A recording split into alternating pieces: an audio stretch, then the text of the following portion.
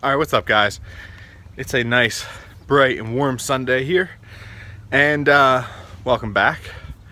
Got to bang out two things, one on each car today, and that'll be lowering the front of the V a little bit more because I actually raised it, and diagnosing the issue that we ran into yesterday with the 3000 with the broken tie rod. Thankfully, thanks to one of my co-workers, I have a spare tie rod right here from his car because these tie rods are not 3000 GT tie rods. So we got this guy right here that we're gonna put in if we can get the inner out of the outer, and then the V. I'm gonna raise that up a little, or lower the front a little bit, because what I did was I raised it because the bash bar was hitting the driveway. I raised it too much, so the front was actually sitting higher than the back.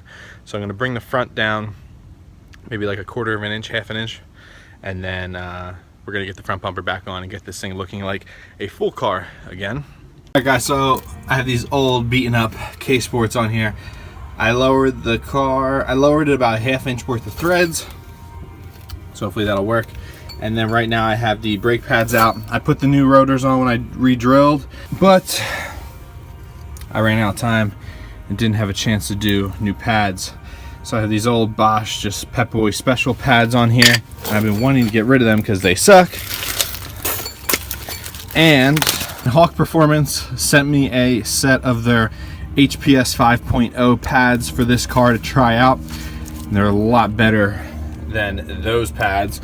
So I'm gonna slap these guys in. I've had them on my shelf for a while. I'm gonna slap these guys in, and no better time to pair them up with basically brand new rotors. So I'm looking forward to having some good stopping power out of the front of this car, because after putting the yellow stop pads on the 3000 and feeling that difference, I decided to no longer cheap out on pads. It's worth spending the extra money and getting something nice for your car like these. So for these, we're gonna take the pad. This one's the back pad. We're gonna apply some of this grease on the back side. This just helps lubricate the pads against the pistons so that they don't squeal or anything like that when applying the brakes. So I'll just put some in the area, the vicinity of where the pistons will be, and we'll slide these guys in. Now the good thing about Brembos is you don't have to take the caliper off, so you just slide the pins out, take your new pad, and just after you compress the pistons, just slide it right in. Take my rubber mallet and just gently tap it into place there. Up and push it too far. Same thing for the front. Just get them lined up. So once these guys are good, I'll pull this pad back up a little bit. Feed the pins in. Get the pads lined up.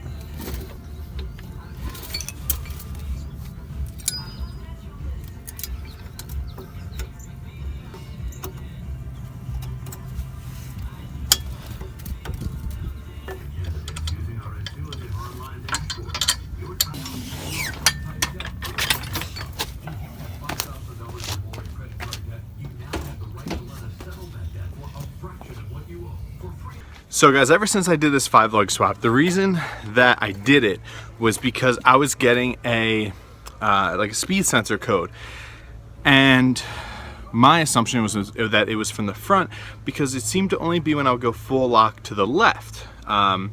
So I suspected, because of where the wires are positioned on the car, that the front left speed sensor was failing. So that's why I did the 5-lug swap in the front. So after I did the 5-lug swap, I was still getting a message saying service stability system.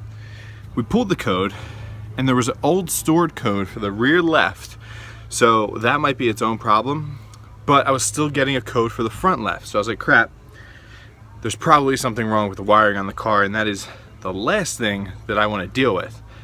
Well, now that I'm here and it's not, the sun's not going down, I have plenty of time to sit here and look at it while I adjust the suspension. finally figured out the issue as to why I was getting a code. I didn't even have to do this 5-lug swap as soon as I did, but I mean, it's done, so that's that. But I'll show you guys. We have the cable. This is the ABS cable right here, and there's still salt on it from when I hit that salt pile. It routes around underneath of the coilover and then comes up right here and plugs into the wheel speed sensor. So I unplugged it, and I'm checking the wiring to see maybe if it like rubbed through down here or anything, and I'm following it up, and boom, look at that. Right next to the plug, the wire's completely disconnected. So I guess when I would go full lock, when it was still kind of connected, it would pull apart, and then when I would straighten the wheel, it would touch again. Well, now it's just completely disconnected, and it's always throwing the code. So it looks like it's time to cut back some of this insulation and patch this thing up. I threw the pads in on this side as well. Let me bring you guys up. Okay, we got the Hawk pads in on this side, so the brakes are done. I raised it up a little bit, so I'm going to put it down on the ground and see where it sits in comparison to the other side, and then we should be able to just slap the front bumper on. But first, let me patch this guy up. All right, here's an update. On days that like it starts getting hot, I just start working and grinding through things. So front bumper's mounted, I'll show you guys. I got a front bumper back on the car. This car needs a wet sanding so bad. There's so many scratches on it, but we had to take out the lower grill, which is not that big of a deal because the lower grill was actually broken already from when I hit a salt pile. The bracket for it, actually it snapped right there, and then the black bracket behind snapped into 2 pieces as well. So that's no big deal. I cut off the tabs that it mounted to, so it's kind of cool that you can still see the bash bar from where the lower grill used to be, and then also from behind the front grill. But everything is on and secured. Lowered the front end a little bit, both sides are equal. So this thing is finally done and back together.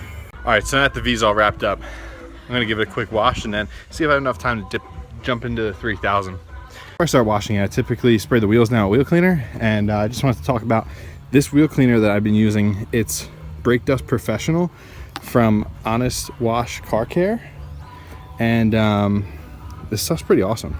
I used just about the whole bottle before I made a video about it. They sent it to me a couple months back, and now the weather's finally nice, I can use it more consistently. And there's not many cleaners that I trust on my RPF ones. Basically all you do is you spray the cleaner on, you let it sit, and it breaks down the brake dust. It actually turns purple. It's pH balanced, so you don't have to worry about acid eating into the wheel finish. And I typically spray the whole wheel, tire, and everything with it. And then I use it back there on the rear wheels too. I've used it on Steph's wheels, on the Trailblazer, and every time the wheels come out looking fantastic. So I'm gonna soak this guy in it here, tire and all. And then we're gonna let it sit for a couple minutes, and you can see how much, look at the brake dust, it's already turning purple right away. So we're gonna let this sit for a little bit, and then we'll rinse it right off, and we should have a clean wheel. All right, now it has sat, and I'm gonna hose it off.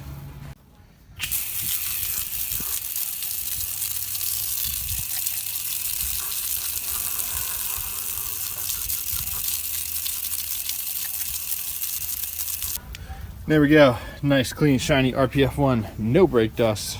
So shout out to Honest Wash Car Care and their Brake Dust Professional. Link below in the bio or in the description for where you can get this. It's a couple days later, I ran out of time, so I figured instead of making a whole nother video, I'll just include it in. So I'm looking under the car right now at this busted tie rod, and it ain't pretty. Clean break. It looked like it bent and then broke, but thankfully we can get the inner out of the outer and you know, reuse the outer tie rod. It won't be an issue. So here we have inner tie rod. Here we have inner tie rod, and this inner tie rod is supposed to be attached to this inner tie rod. It looks like it bent first and then snapped, because where it snapped on track. It was a really random spot, and I didn't really understand why it snapped there. I was literally just turning and it just let go. So I'm gonna pull this boot up out of the way. Everything's nice and fresh because we literally just put this whole thing together. I rubbed the heck out of the inside of the wheel well, because basically when the wheel was just spinning, it was just hitting whatever it wanted, and it was stopping at the frame rail there and whatnot. So I'm gonna throw some vice grips on this guy, try and get it out, and then swap in the new one. Set of vice grips on the tie rod because we don't have a tie rod removal tool, and with the way these cars are set up, you can't fit a set of channel locks up in there, or an adjustable wrench up in there. So I have these guys tightened on, and I have this wrench slipped over for some extra leverage that I can apply to hopefully break this thing free. There we go. Alright, so now this is broken free. We'll get this thing out. This was more difficult than I thought it was going to be with all that Loctite I put on there, but I guess that's a good sign. Keep the villains spacer to get that guy off of there. Alright, so now that guy's out, the next step is going to be taking the little nub that is left here off. So we'll loosen the bolt like so, and then we'll just screw this guy out. It's so weird. Alright, so here we have the broken guy, and then we have the new guy right here. I'm going to use these threads to figure out how far the nut has to be, and then we're just going to take the villains tie rod spacer, slide that guy on here, and then throw it back in the car. Alright, so we slid the boot back on. We got our red Loctite here, and we're going to liberally apply it on the threads just to be safe here.